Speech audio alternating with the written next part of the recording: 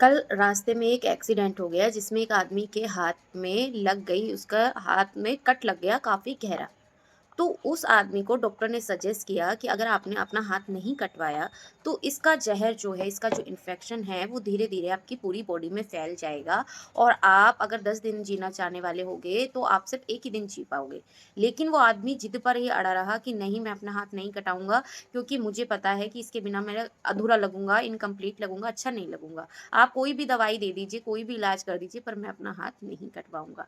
तो दोस्तों, उसको वो पेन भी मंज़ूर है, उसको वो इन्फेक्शन भी मंज़ूर है, मरना भी मंज़ूर है, लेकिन वो ज़िद पे अड़ा है कि वो उसी हाथ के साथ अपने आगे का जीवन बिताएगा।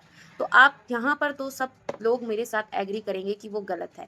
लेकिन जब ये बात असल ज़िंदगी में आती है, तब हम अपने-अपने तरीके से अपना जीवन जीना चाहते हैं। दोस्तों, अक्सर हम ये देखते हैं कि किसी के घर परिवार में कभी न कभी ऐसा होता है, जिसकी वजह से हमारे मन में बहुत कड़वाहट आ जाती है रिश्तों को लेकर, जीवन को लेकर या अपने आप को लेकर, अपनों को लेकर। और फिर हम ये सोच लेते हैं कि अब उसने मेरे साथ गलत किया या अब मेरे साथ ऐसा बुरा हो चुका है, तो अब मैं कभी किसी पे विश्वास नहीं करूँगा या अब मैं हमेशा दूसरों के साथ ऐसा ही करूँगा जैसे मेरे साथ हुआ। पर आप एक बात बताइए, जब हम आगे जीवन में बढ़ रहे हैं, हम हमारे साथ समय भी बदल रहा है, सब कुछ बदल रहा है, ये सृष्टि भी पल-पल बदलती है, तो हम कैसे पिछली चीज़ों को अपने साथ लेकर चल सकते हैं? चाहे वो मन की बात हो या आपके बाहरी कोई जीवन की चीज़ें हों। दोस्तों, हम अगर पिछली चीज़ों को कट नहीं करेंगे, तो उसका प्रभाव हम पर तो जो होना है वो होगा ही, लेकिन हमारी आने वाली जनरेशन पर भी होगा। कैसे?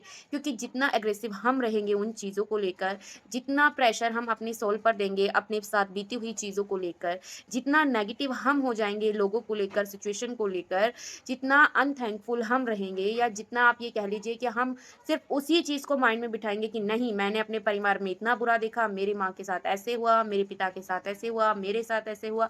तो जब हम इन्हीं चीज़ों के साथ आगे जीवन में बढ़ेंगे, तो वही चीज़ें हमारे जनरेशन में आनी ही आनी हैं। तो अगर आप चाहते हैं कि आपके बच्चे एक शांतिपूर्ण जीवन जिएँ, तो सबसे पहले आपको वो जड़ काटनी पड़ेगी जहाँ से आपको आपके अंदर नफ़रत और बुराई पली है।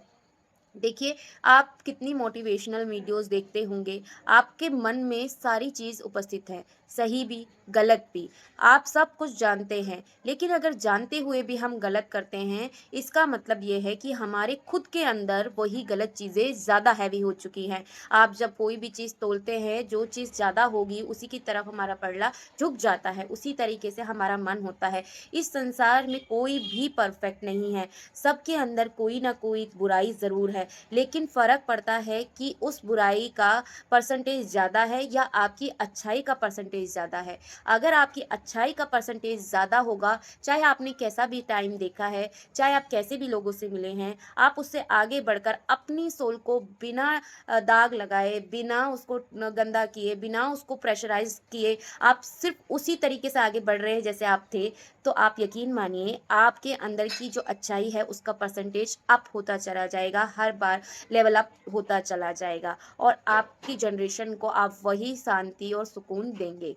तो आई होप आप मेरी इन्फॉर्मेशन को ज़रूर अपने जीवन में अप्लाई करेंगे और अपने साथ बीती हुई जितनी भी बुरी कड़वाहट है, चीज़ें हैं, उनको हमेशा के लिए वहीं रोक कर आगे दोबारा से अपने लिए, अपनी आने वाली जनरेशन के लिए एक न्यू स्टार्टिंग करेंगे।